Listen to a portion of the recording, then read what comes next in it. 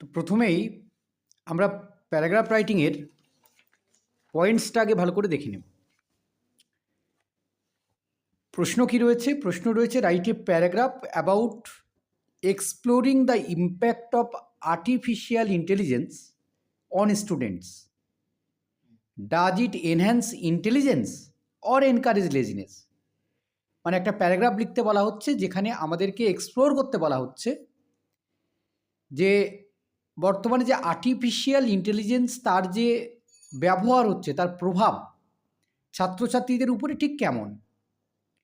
যে does it enhance intelligence, এটা কি বুদ্ধিকে আরও বাড়াচ্ছে, বুদ্ধির বিকাশ কি আরও ঘটছে, অর এনকারেজ লেজিনেস, নাকি অলস হওয়ার একটা লক্ষণ তৈরি করছে। ঠিক আছে, এইটা হচ্ছে বিষয় আর কি। তো এই নিয়ে তোমাকে প্যারাগ্রাফ বা এসে তুমি যাই তোমাকে লিখতে বলা হোক না কেন, সেটা লিখতে গেলে প্রথমে তোমাকে এখানে কী কী পয়েন্টস দিয়েছে সেটা আগে দেখে নিতে হবে, আমাদেরকে সেটা বেস করে লিখতে হবে।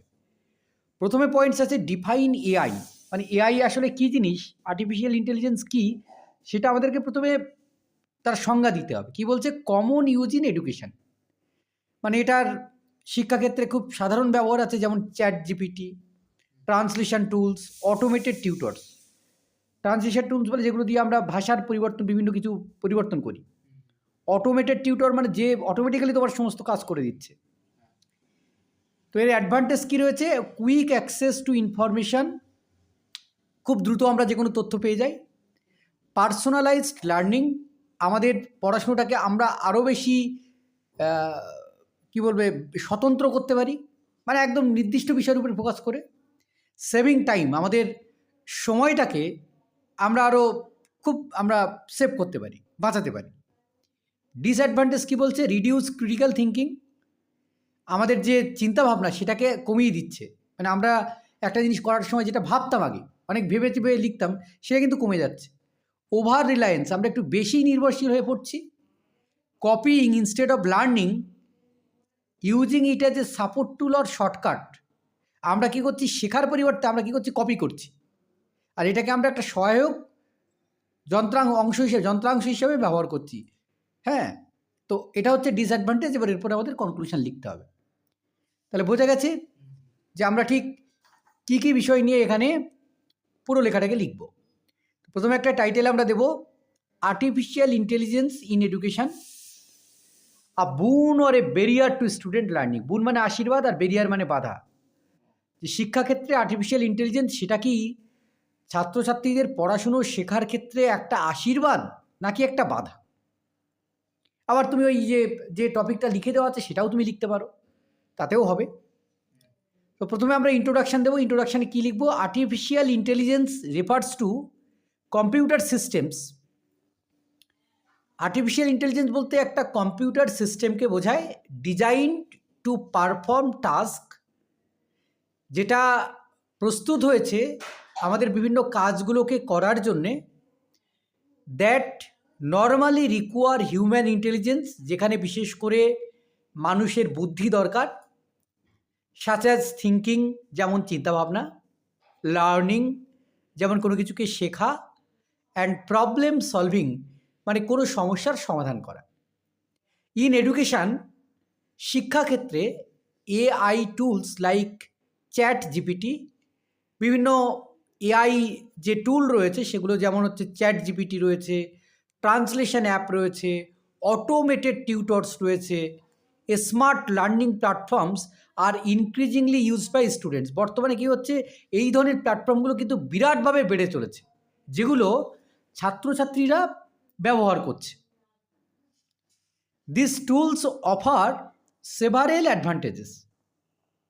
এই যে এবার আমরা অ্যাডভান্টেজটা লিখব, যে এই যন্ত্রাংশগুলো বা এই ধরনের অ্যাপগুলো, এদের অনেক সুবিধে রয়েছে। AI provides quick access to information. AI কী করে? আমাদের যে কোনো তথ্য আমরা খুব সহজে আমরা এআইয়ের মাধ্যমে অ্যাক্সেস করতে পারি, পেতে পারি।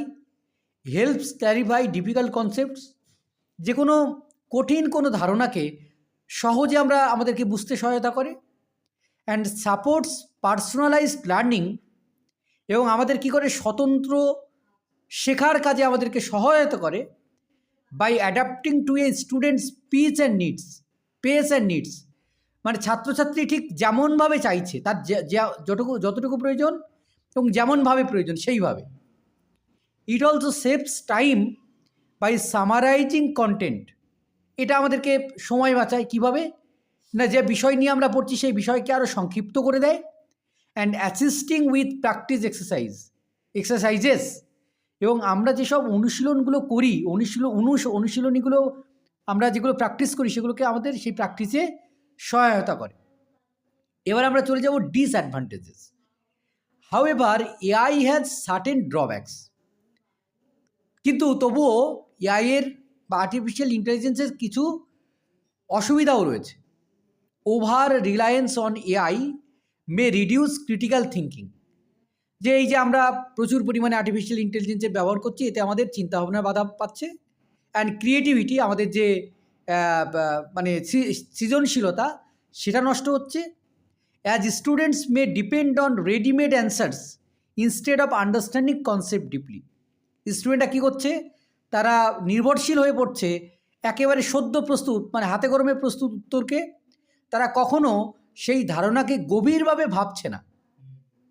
সাম learners misuse AI by copying content rather than learning from it.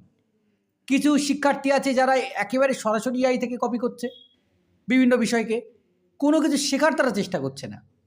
Which can encourage laziness, যেটা আমাদেরকে কী করতে পারে? আমাদেরকে আরও বেশি অলস করে দিতে পারে। Therefore AI should be used as a support tool, not a shortcut. আর সেই কারণে আমাদেরকে এআই ব্যবহার করতে হবে সহায়তা প্রদানকারী একটা টুল হিসেবে বা যন্ত্রাংশ হিসেবে, কিন্তু কখনো এটা আমাদের কাছে শর্টকাট হতে পারে না। এবার আমরা কনক্লুশন তাহলে কী বলবো?